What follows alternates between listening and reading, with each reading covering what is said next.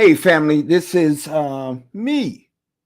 But just in case you don't know who me is, I'm John Seldis, and I'd like to welcome you again to another episode, another opportunity to join in conversations. I call them relevant conversations with yours truly, John Seldis. And one of the things I just revel in, and I think it's the cat's meow, that I get the opportunity to talk to people from around the country and sometimes around the world, and folk who are actually some of my friends, some of my family, some of my partners in the ministry, some of my partners in the work of doing justice and faith work.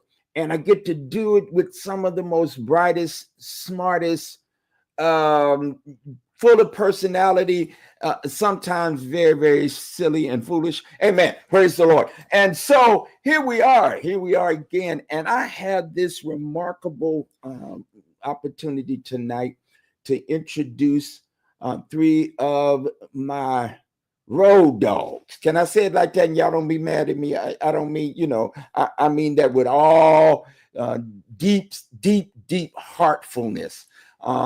These individuals who I'm about to bring to this platform are some of the brightest, brilliant, smart, and we get to do work together in a number of different ways and capacities. I've known for these folk for a very long time. One of these people, I knew them before they knew me.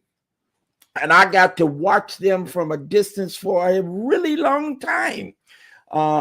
They used to live in Chicago. Anyway, and for a really long time before we got to work close with one another. Let me begin with my friend who I was just remarking to them.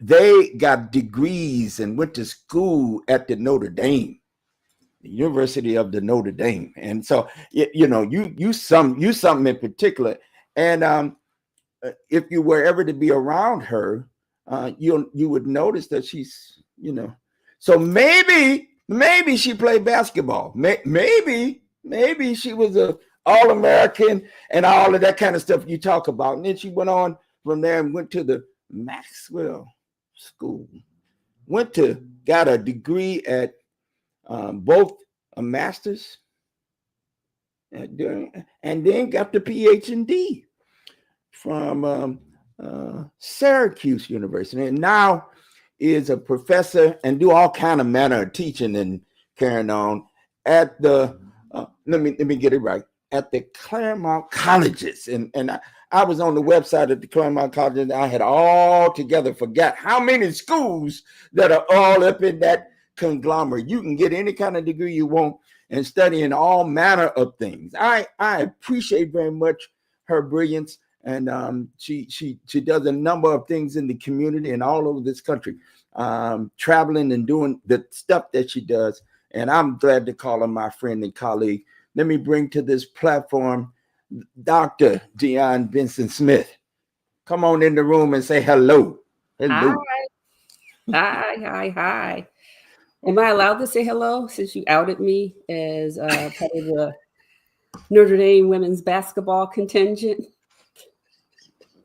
Yeah, and especially since I live in Connecticut, there's some kind of a rivalry that I won't go too deep in until we get in the season. We'll go deep later with the UConn women. Amen.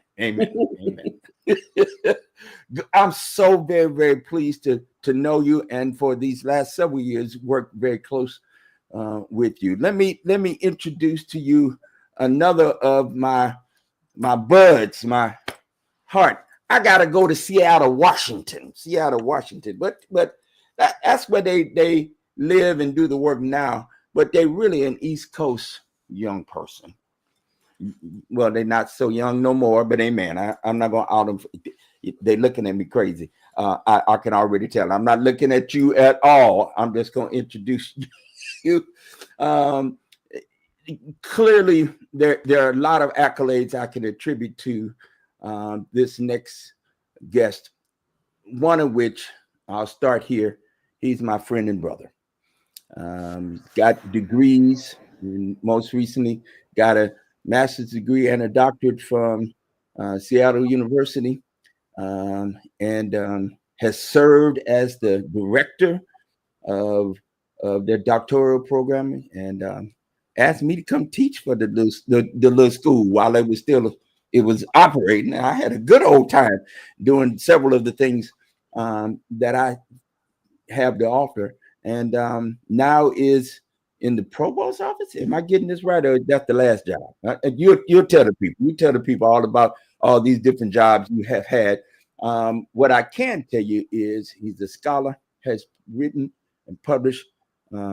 I can't even count the books on two hands, and has really been somebody that has operated for me as a thought partner in life and in the work. My friend and brother, let me introduce to you and bring him back to this program. He's been on with us before. The Reverend Dr. Edward Donalson III. Come on and greet the folk, brother. Good evening. It's wonderful to be back with you again. Oh, he can be so polite. I'm not gonna let you be that polite. I promise you, I'm not gonna do it. Last, but certainly not least, probably is probably the most famous of us on this here thing tonight. Is this dear beloved colleague and friend who hails from Chicago. She roots for the Bulls like I do. I don't know if she really care about the basketball so much, but if she did, she would root for the Bulls. And right now, I can't ask her about the baseball because I don't even know where she would land with the baseball team. But for sure, she would root for the Bulls. She has been a well-known activist in the Chicagoland area. That's how I got to know who she was. She was sitting at the helm of several of one big organization that was doing a lot of work, justice work in and around Chicago. And then we bumped into each other again in the work in the early 2000s. I guess it was the early 2000s in Washington, D.C. And then she joined the team that I was on the board of and led us in some several different directions. And we've been in close relationship both in life and in the work. She is now a professor at let me get the name of the school right, because I tear this school's name all the way up. The Methodist Theological School of Ohio. Did I get that right? And I think I did. And she teaches ethics, which I find very, very interesting, knowing some of her trajectory, both in ministry and in religious thought and thinking, but also as she is helping to develop scholars who think about ethics in a particular kind of way.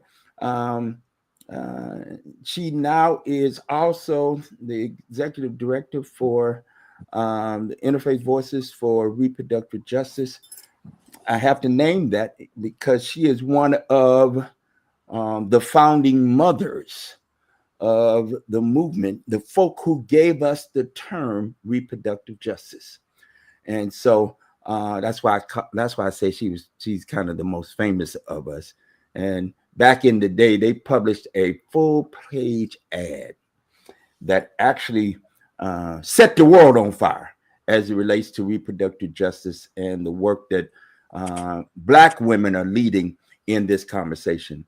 Let me bring to this platform Dr. Toni Bond. Come on and join this august body and say hello to the peoples.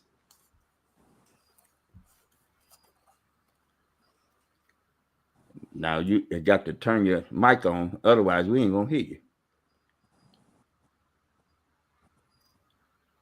Is it me? We can't hear you.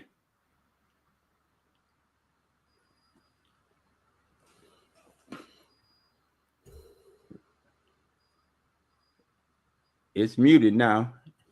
Lord, she done broke the thing.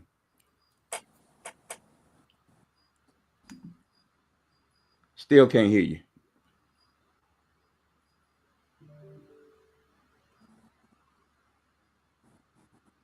How about now?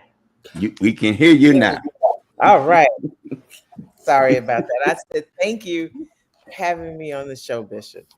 You also are not a newbie. You've been with us before, so I appreciate you. You did come on. We had a nice conversation right after the gala.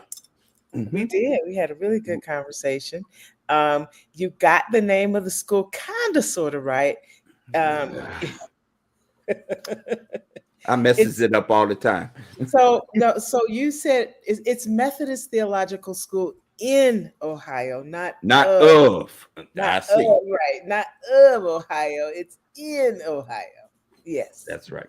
Yes, the Methodist Theological School in Ohio. And yes, I am a Bulls fan. No, you cannot ask me about baseball because I don't really watch it. However, now I am watching football. Go Bears. But I like the Eagles. Okay, you can have them Eagles. Yeah, listen. Yeah, Dr. Donalson don't know nothing about no football. He know he's supposed because he's from Philly. He's supposed to cheer for the, but he don't know nothing about no. Yeah, no. I likes all of the football teams that have black quarterbacks. I'm gonna just let y'all in on this little secret. When they got the black quarterback, because I remember time wasn't no black quarterbacks. Yeah. And now the black quarterbacks are the way most offenses are run. Now I don't watch the football too much now because I did support Kaepernick, and I still all bets are off though when they get to the playoffs, and everything. Then I start come on back to it, and then by the time the Super Bowl rolled around, I guess I'm gonna watch Bad Bunny on the halftime show. Anyway, that's a conversation of a different. We're all gonna watch Bad Bunny on the halftime show. But let me just say, I did watch the game yesterday. That was a good game.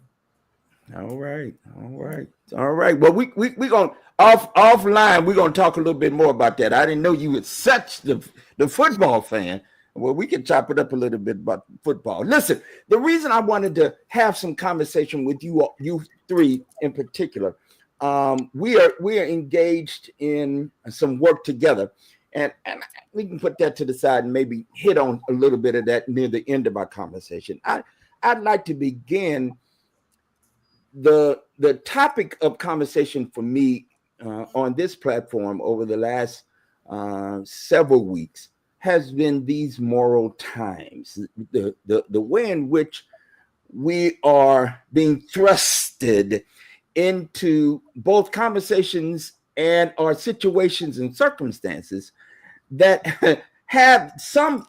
Let me just speak for me. I'm scratching my head as to how in the world did we get here. Now, of course, there's some rational thinking around maybe how we've gotten here, and I'm not, I've had my own various and sorted opinions about such. But when we think for a moment, and we're engaged, Dr. Donalson and I in particular, as we lead in faith community context, but also all four of us are engaged in wider conversations that have both political and religious beginnings, musings, ideas, the way in which Dr. Bensonsmith, I was a religion major and a poli-sci minor as an undergraduate. And of course, you know that there is a very distinct through line that goes with that reason and thought.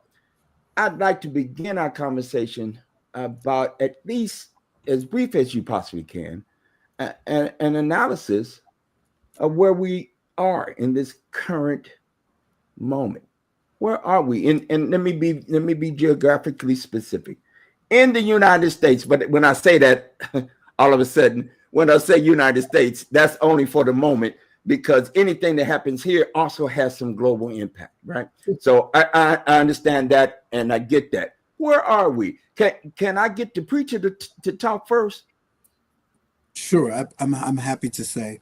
Where are we? We are the 68th empire out of 70 empires in the course of human existence. We are seeing now what happens to every empire. Empires rise and empires collapse. We're seeing the collapse of an empire. And what we're seeing is the manifestation of an immoral imagination that began as the democratic experiment called the United States of America. Everything happens twice. It first happens in mind, and then it happens in time. And so the framers of this democratic experience, from the perversion of their mind of white supremacy, created a society where certain groups would be centered and other groups would be marginalized. It's from the very founding imagination of this nation forward. And even when amendments were made to these founding documents that were meant to be equitable and toward justice, they always left themselves breadcrumbs that would lead them back to a supremacist narrative. So what we're seeing is the full maturation of what has been the wicked imagination of those who saw themselves as having a divine mandate to do something that would be a city set on a hill in their language. And I think that's really where we are. We're at the conclusion of a moral crisis that has been the through line of what it has meant to be a part of the American empire. Exactly. Dr. Bensonsmith, what would you say? I can't say that any better. I would just add to it that, this is the end stage. For years, folks in public policy, at least in my end in public policy, have been using the term end stage capitalism. And so what we are seeing in the United States had its fruition and started with the colonial experiment, with colonialism. And so this kind of demarcation of who's in, who's out, who gets to be just human, comes with colonialism and the spread of empire, particularly the French, the British, somewhat the Germans, but mostly French, Dutch, and the spread of empire to demarcate. These are who gets to be human at this very essence of who gets to not only belong in the democratic experience, but who gets to be treated humanely, who gets to be part of the institution and institution building, and who gets a say. And so with this culmination of what we're seeing in the United States, it is also happening globally, right? So the global turn and this turn to fascism and the turn to push out in parts of Eastern Europe, parts of Western Europe, colonial satellites, folks who have been pushed out and been outside of the home and country as they reemerge and they merge in with the UK and France. You see this rise in fascism, white nationalism worldwide. Thank you. Dr. Bond, you're an ethicist amongst us. So here Dr. Donalson and Dr. Bensonsmith have lifted up the fact that we're in this, quote, democratic experiment. And I'd say that loosely because in my mind, we've never been democratic. It's always been about a certain group of people who had lots of money. So democratic in democracy, not so much. But there are some high ideals that I think some of the framers were at least trying to get at. Using your ethical lens or your ethic lenses, could you dig into that a little bit? I'm sure I'm serving you up a softball, but what would you say to us in this context? Thank you, Bishop. I feel like Reverend Dr. Donalson and Dr. Bensonsmith said it so eloquently. What I would add is we have to keep in mind this concept that we know of called democracy came about from the ancient Greeks in about 508 BCE. And that's not before Christ, that's before the Common Era. And and so in fact, the framers of the founding documents of this country that we are in, the United States, took that concept and took those ideals and came up with their concept of what a democratic nation state would look like. But that democratic nation state never included Black, Indigenous people of color, because we were never believed to be human. Mm-hmm. It didn't include Native and Indigenous people either, right? And so, and I would add the tools by which they used to mitigate when there were problems with this concept of democracy that they created, like the courts and the legislative systems, were never tools meant to be used by us. We have just been able to utilize them to right some injustices. But we have to keep in mind that, in fact, democracy is working the way it was always intended to work. It was never intended to protect us. And I'm reminded of Audre Lorde saying, we cannot dismantle the master's house with the master's tools. That's what we've been doing all this time. And anytime I've talked about democracy, I've put it in quotes, because democracy has never benefited Black, Indigenous people of color. I am reminded of, I don't know if you all remember this scene in The Color Purple. There's an unforgettable moment when Celie looks Mr. in the eye and gives him the three fingers and says, till you do right by me, everything about you is going to crumble.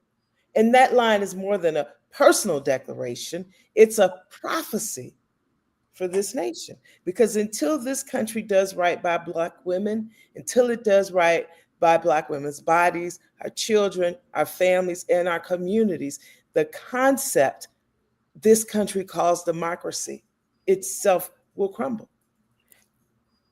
And that is why I say we have to interrogate this country's notion of democracy, because when authoritarianism is taking control in information, one of the first places it seeks to attack is reproductive and sexual health rights and justice. And we know that the reproductive and sexual oppression experienced in this country has fallen the heaviest on Black women. And so we also know that when Black women are harmed, entire communities are destabilized. The warning Celie gave Mr. is a warning for America that until you do right by Black women, nothing built on oppression will stand. And so this concept of democracy is shaky at best. And as Dr. Bensonsmith said, across this nation and indeed across the globe, authoritarianism is taking control. But let us be clear that these authoritarian movements that are rising are propelled by white Christian nationalism, patriarchal violence, and a politics of exclusion. And that these actors are truly hell-bent on taking us back to a time when women and Black people and Latinx people and Native and Indigenous people, LGBTQ plus communities, immigrants, and the poor had little to no voice in shaping the policies that govern us. We are in a moment where Black people are being called to use our imagination to reimagine the future we want to see. And we're also at a time where it is critical for us to think about the interdependence of our lives, this network of mutuality that Dr. King talked about, that we all share, that we are coming upon times when they say, check on your people. Yeah, really check on your people. Make sure people have something to eat. make sure people have a roof over their head, make sure people have the medicines that they need to have, right? Because we know with the cuts to Medicaid, a lot of people are going to lose their health care. And so it calls upon us to create those mutual aid networks, if you will. And the last thing that I'll say, this is really a time for us to look back, understanding Sankofa principles, that we have to look back in order to understand the way forward. We have to draw upon the wisdom of our elders and our ancestors who led the way in the civil rights movement, the environmental justice movement. We have to draw upon the ways of our ancestors across everything from spirituality to economics, all of these areas. And Black women will play a pivotal role in the way forward. Black women have always been the moral conscience of this country. And Black women will, I predict, be the population that will help to figure out where we need to go. And I don't know that we need to go back to democracy as it was conceptualized. We need something different. Whoo. Now, you all have set the stage, right? And you made me think about Dr. Bond. You made me think about Octavia Butler. All right, and her books, Parable of the Talents and Parable of the Sword, those two books in particular, and then some of the other Kendrick and some of the other writings, all point to and begin a discussion that I'm not hearing more folk talk about: Afrofuturism, right? The concept of Afrofuturism. So I'm going to pause right there because I want to come back to that. I also want to say something about mutual aid. I have begun to talk about that term is such a loaded, squiggly term, at least here in the Northeast. Let me just speak about it in the context of the Northeast.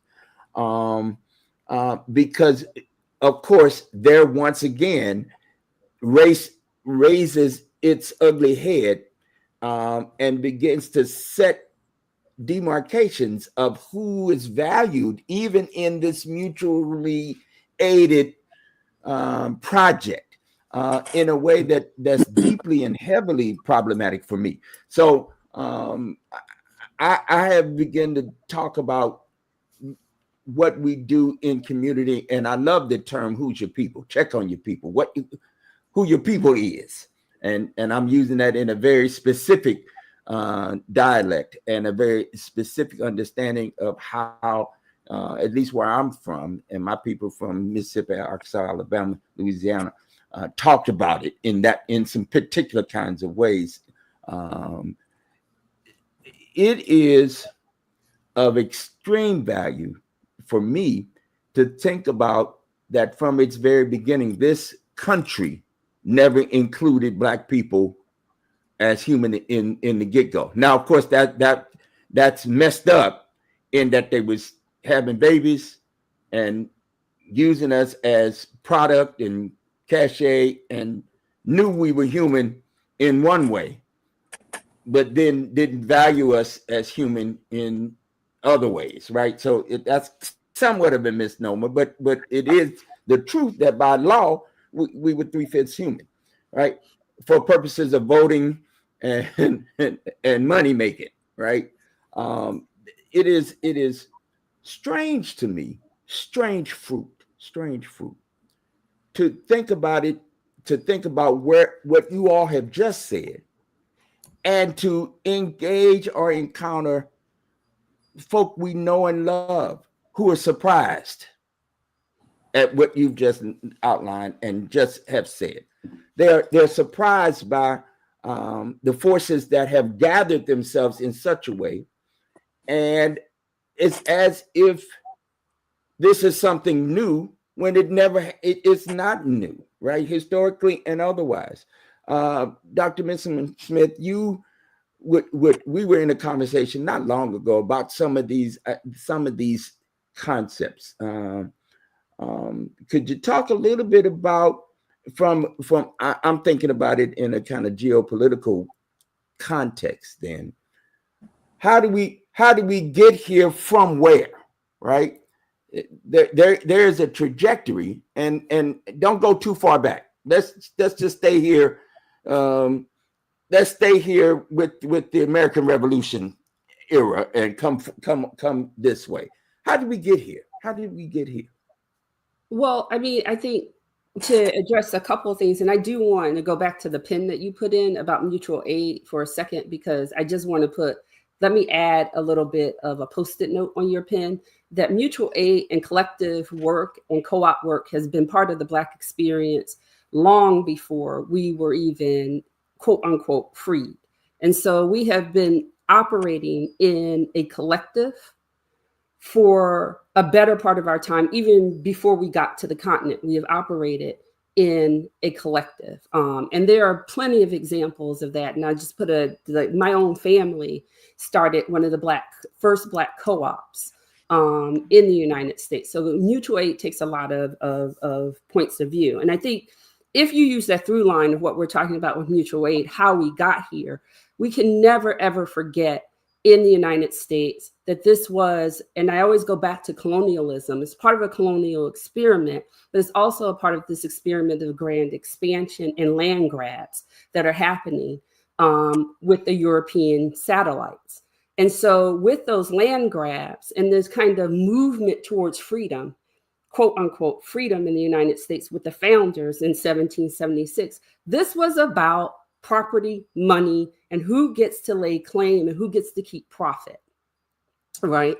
And so in that like imagination, life, liberty, and the pursuit of property was the original text in the Declaration of Independence. Benjamin Franklin said it just didn't sound good because it sounds a little bit too raw. And so we want to have the pursuit of happiness. But the pursuit of happiness was always about the pursuit of profit and the pursuit of this individuated property. So I'm not going to go too far into the philosophy of this, but this separation, this bifurcation, right, of mind, body, and spirit that allows for capitalism and this individuated way of moving. So capitalism, colonialism, and particularly the American founding documents really inhabit and say that the individual is supreme. The individual is supreme over the community. It is my individual right to compete and grab as much as I need. And if I have this sort of embedded philosophy, right, there has to be a winner, there has to be a loser, there has to be people who are inside, and there has to be people who are outside of this. And so it is driven, I'm not trying to sound like I'm a rampant Marxist when I say this, but it is driven by this need for a competition, individual competition, individuated supremacy. And the people who founded the documents, as we said in this conversation, were largely white men, well, all white men, who had various forms of Christianity. They didn't even like Catholics. And I think it's also really important to point out that the founders were very, very paranoid about papists. They were very, very, this is what they called them, papists, very paranoid about people who were Jewish. They were paranoid about anything that was outside of what they thought of Christianity. And that comes from a very particular break that happens not too far behind when we have the founder in the church between Protestantism and Catholicism. And I know you didn't want me to go that far back, but let me just say that in order to break all of this connection between spirit, between individual, I think, therefore I am, is what Descartes said. And this is the first separation between the body and the spirit. And so you have to have this philosophy and also then the institutional arrangements that put everything into, again, this individuated, mind-centered, and say that other people, Black people, women, are embodied, and that those people are less than, they're less rational. So the rank order isn't just about human, right? who's less than and who's not. But the rank order becomes who are the best humans, who are a little bit less, and then those who are just considered not to be at all human, right? And that goes along not only racial lines, it goes along religious lines, and it also went along lines of what they considered to be ability, who is dependent and who is independent. So all of these things are intersecting in the founding philosophy, and it intersects in a way that then imbues whiteness, maleness, and a form of Christianity, a Protestantism, as the best and highest level of not only intellectual thought, but competition and physicality, that then they say this is the Republic, right? So, Reverend Dr. Donalson, this idea of the individual in the center of what Dr. Bensonsmith just lifted up runs for me. I don't know how this hits you, and so that's why I want to ask. This hits me it gets me sideways when I think about the religious connotations of our spiritual development, right? The individual and the group, the ecclesia, right? The church is the assembly of the folk, not the building, but the peoples. And so for me, there is this koinonia, community. The essence is not the individual alone, right? That we come together. I'm gonna stop because I can preach my own sermon right there. I could go right there. I'd love to hear how that hit you. Well, it's interesting because around the same time Dr. Bensonsmith is pointing out, you have the signing of the doctrine of discovery by the Catholic Church and by the Pope. This was not just some accidental or incidental sideways kind of outlying theology. No, this is part and parcel of what it meant to be the church. And that doctrine of discovery said you had the right as a white Christian to take property from other people's, to seize that property, and to permanently and perpetually enslave other people groups. Now, you take that doctrine of discovery on the Catholic side and marry it with Protestantism's Calvinism, which says you are totally depraved and simultaneously the very elect of God, which will now justify any and all dehumanization that you are able to inflict on others. And you'll find out why religion has always been central to the experiment of human hierarchy, right? So even the idea that the Pope could be the vicar of Christ, the very representative of Christ on earth, or Christ vicariously, meant that any land that was considered a savage land or heathen land, which can be red, black, and brown spaces, are subject and subjugated to the idea of this white God man, right? And so for me, it hits at the core of what it means to pervert the gospel. And if you really want to know how we get to a perversion of the gospel called white Christian nationalism, or white, as Cornel West would say, white Christo nationalism, because it has nothing to do with being Christian.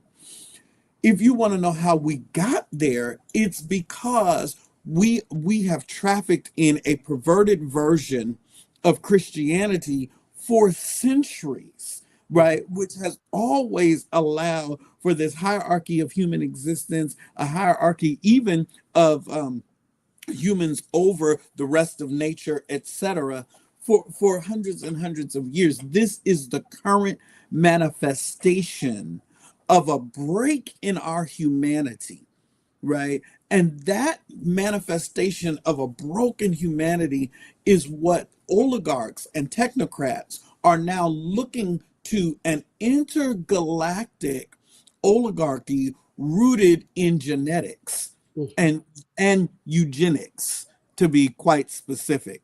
But it's a long tradition of brokenness that we've never reconciled in America. The Black church has been the place that has demanded that we move closer and closer to the truth of what Christianity has been. But by and large and writ large, the civic religion of America has been a perverted Christianity that has led to the manifestations that we see now.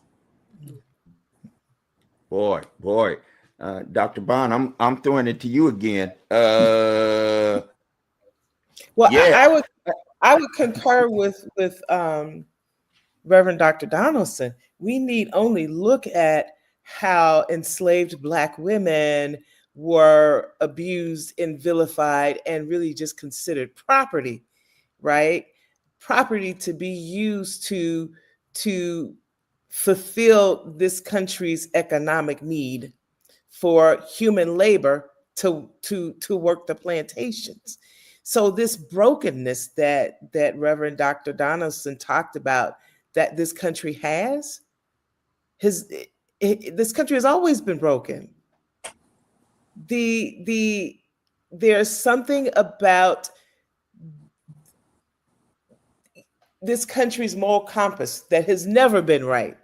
Mm-hmm. And we can go back to the founding fathers and the fact that they owned slaves. So how do you create this document, this Declaration of Independence that talks about all men created equal and everybody deserves freedom and liberty, yet you own human beings?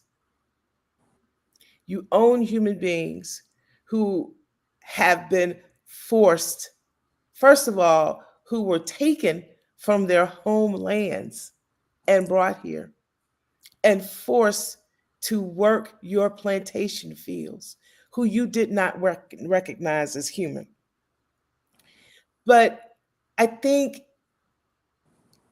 there are some important lessons, and yes, we need to spend as much time as possible talking about that history. But there are some resources available to us that we need to begin to start to look back at. I am really looking at the work of Octavia Butler again. And you mentioned, and I think of Octavia Butler as one of our griots, right? Because in Parable of the Sower, the main character who created this new religion called Earthseed said, all that you touch, you change. All that you change changes you. The only lasting truth is change. God is change. And we, I believe, are being called in this moment to use our creative Afrofuturistic reimagining capabilities to come up with something that will radically change the lives of Black people so that we can flourish and live the lives that we were intended to live. Octavia Butler was prophetic. She prophesied this moment. When you look at Parable of the Talents, she talks about the presidential candidate running on a platform of making America great again. This is what we need to begin to study and to figure out, how do we create a pathway forward so that Black people are safe, Black people have our humanity recognized, Black people can flourish. Can I lift up I'm sorry. Sure. Go ahead. Lift up Octavia Butler, and one of my other favorites is her Dawn series, in which the spawning of humanity comes from a Black woman. And one of the things that she points out in that, and I think it echoes what Bishop Donalson was saying, is about hierarchy. And so one of these things in terms of figuring out how we work, or not only just work around, but deplete hierarchy, right? Hierarchy, non-hierarchical, empathetic, and compassionate leadership that comes from, in her book, it's coming from a Black woman, and empathy being at the heart of how we build systems, which is very different than the current systems that we are seeing crumbling, which are not built in order to. I'm an institutionalist in political science by training, so I believe how we build and what we do, we can build systems, we can build practices that allow us to actually lean into the better parts of our nature, the better parts of humanity. We are a collective species. By and large, we didn't make it all the way here being rampant individual species, hierarchical species, and we can build systems that actually allow us to lean into that and allow that to flourish. Or we can continue with the type of system that we have, which is one that really imbues scarcity, it imbues hierarchy, it imbues competition. So you just mentioned Octavia Butler, and I wanted to lift up Dawn.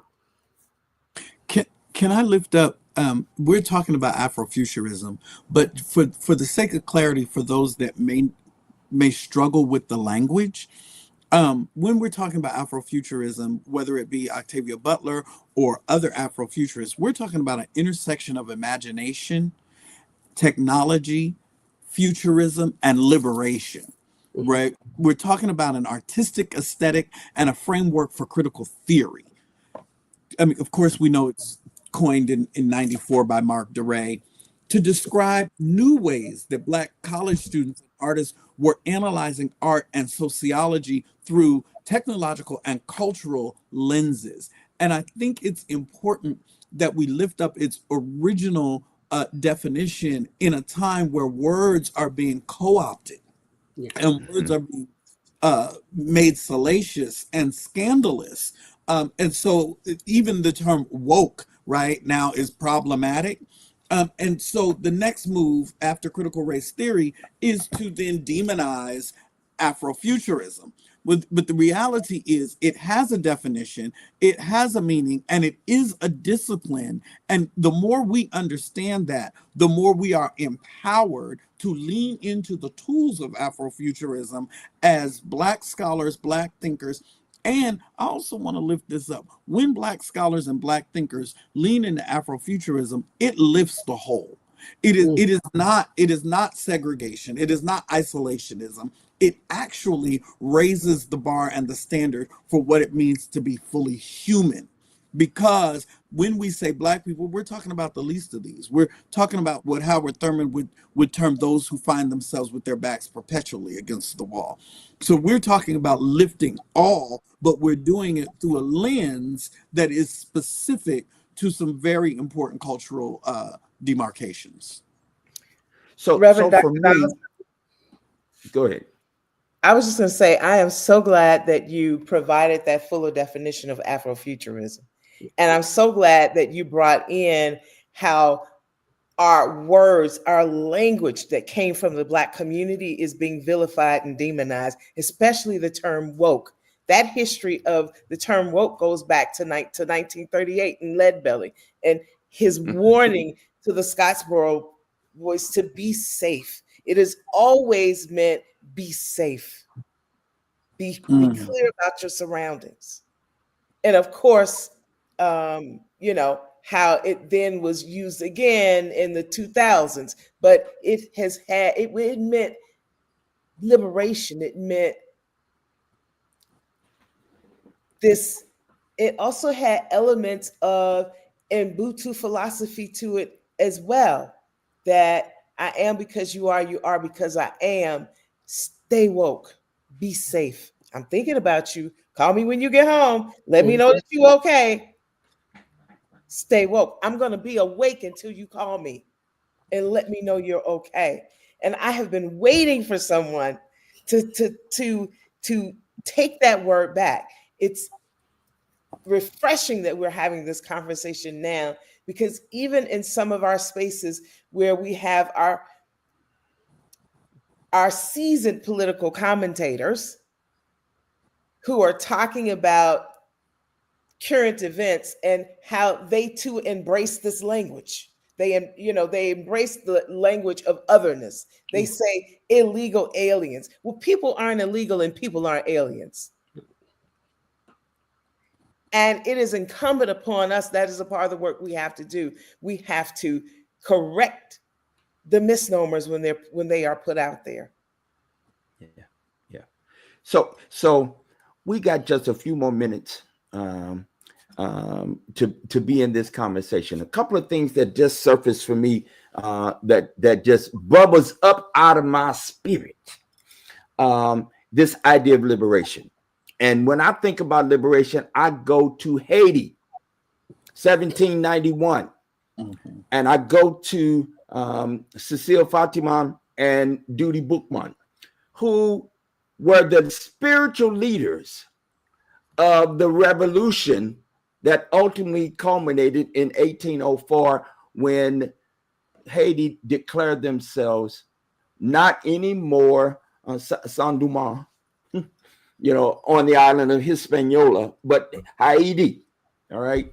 And what happened in the conjuring, in the spiritual work that began toward liberation. All right.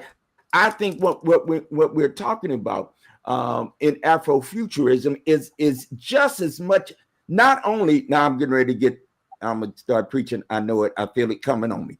And it's okay because I am one. What happens when you start to look back and have this Sankofa moment, right? Which we are always doing. We're always saying, yeah, but back when there was another time when we were faced with something similar, and we have these stories, all right, from Swing Low, Sweet Chariot, coming for to carry me home, and the work of freedom fighters coming through the enslavement period. But I want to go back to this moment, 1791, when they on the island on that island began to pray, sing, dance, and call on the ancestors, the spiritual world. And let me get this correct.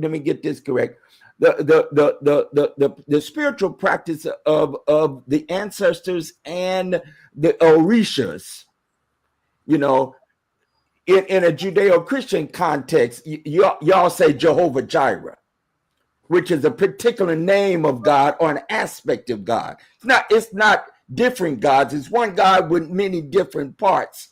I am Black and a man and an educator and a daddy and a son and a brother. I'm all of those. And at any given time, I can be leaning toward one or the other. It gets me all tore up when I hear people start to do something else with that. But it was at that point, historically, that they named the beginning of the liberation happened at prayer meeting. All right. Now, for me, liberation starts there. We take prophetess, for example. We get prophetess Octavia Butler in here. We bring her in. The very beginning of their work in this prophetic moment, right, is when they started to realize we have something that's within and without that then creates for us community, whereby we then help one another, that we live for one another, and that the most powerful that they were ever in with each other individually was together, where there were different tasks and different ways of gathering themselves and being together. We got a few minutes. It seemed like to me we need to be leaning there. I'm here for the song and the work for the song and the music and the dancing and the conjuring. Yeah, I think what we're talking about, Dr. Bond and Bishop Selders, is spiritual technologies. And our dear friend, I know that she's a friend of all of ours. Now I said our dear friend and can't call her name. In Atlanta, they're on faculty at MTSO. Help me, Dr. Bond. Dr. Lisa Allen. Yes, has a wonderful book indeed. I had that just came out but she talks in that work about multiple different spiritual technologies. And I think that as a people, a collective, Black people, there it is over my head, Dr. Lisa Allen. We have to get back to the technologies that have worked for us. That's a part of our Sankofa moment, whether it be prayer or singing or dancing or conjuring or hush harbors, because I think that this new wave of internet access or whatever has made us lose some of our ability to exercise discretion. And so now we put everything is an email list, and everything and we have to have some strategies and some technologies where we learn how to work our codes, and how to maneuver in discretion, and possess the sovereign grace of brevity. Everything doesn't need to be over explained. Everything doesn't need to be over articulated. So sometimes we do ourselves a disservice because in our quest to be articulate, we've told too much. We've spoken too much. And I think you're tapping into the real heartbeat of where we are and the work that we need to do in accessing these multiple technologies that are available to us. Yes. So Dr. Lisa was on with me the other day, a few weeks ago. So her book is right at hand, right here. And what we talked about this very thing. I call it the three fingers Miss Seeley, right? All right.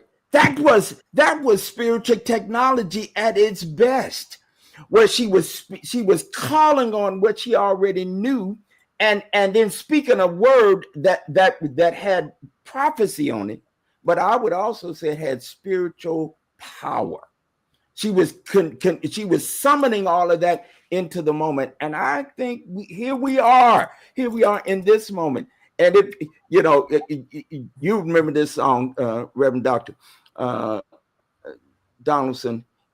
If we ever needed the Lord, we sure do need him now, right now, right? And so this move toward, and we are all thinkers and scholars and activists, and we're doing our stuff, right? We working our work, and yet if there is no power in it, it all goes to sweet and sounding brass and tinkling cymbals. In my opinion, this is just one Black man's opinion. I think it is when we are accessing the power that is resident in us, when we are in community, when we come together in those conjuring moments, it is at that point we can speak a prophetic word that then resounds, right? That actually is where freedom and liberty actually exists, so that we have no need to depend on the government, because they come and go. This one, if you think it's going to be revived, you're wrong. I'm just saying to you that so much change has happened now. There's no recovering what has existed. We now have to think about how do we develop something new. And that's what you're naming, Dr. Bond, in that we've got to figure out where do we go from here. We are already at time, but is anybody got a burning word to say to help us? Obviously, y'all got to come back. We got to put a part 2 and then maybe a part 3 on this. But Dr. Bensonsmith, you got something on this? Well, you were talking about at the turn of this is the engage in freedom dreaming, and what Robin D.G. Kelly calls freedom dreaming. It is to build and create new visions and create where we go. And that is what historically our art has done. That is historically what our song has done. That is historically what our prayer has done. My grandmothers prayed over me, but they prayed over me not just for where I was, because I was a very sickly child, but they often prayed for where I will be. And they named it and they claimed it for me, that this is where I want this child to be in health, to walk fully, to breathe air, to run to her fullest ability. And that's what you're talking about, not just naming and claiming what is happening and describing what's happening in the moment, but we need our art, we need our leaders, we need our prayers, we need our parents, we need, especially for our young folk, to give the opportunity, the liberatory opportunity to sit and lay claim to where we will be. Don't give purchase, is what my grandmother would say, of your future over to white folk. Your future is for you to claim and for you to decide. So they say she ain't no preacher. I don't know. I don't know. That sounds like good preaching to me. I gotta call it. We gotta close this out. Listen, there's gonna be a part 2, part 3, and maybe even a part 4. I see it coming prophetically. So stay tuned. Listen, I thank you all 3 of you, for being so kind to me and thinking it not just, a shame that y'all would, at a drop of a hat, come and share in this moment. We've just begun to drop some bread seeds in this moment, the breadcrumbs along the way. And I think we have more to say and more to do and more to talk about as we help each other work out our liberation with fear and trembling, as the book might say in the King James Version. Thank you all for being with us. And listen, we're gonna be back at this thing, same bat channel. I'm of a certain generation, same bat time. But we're going to continue having these kinds of conversations. I think they're relative. I think they're right now words for our living, and our living healthy, more free, more free, and doing it within the context of helping not just ourselves and our own, but all of humanity. All right. See y'all later. Peace. Bye. Thank you.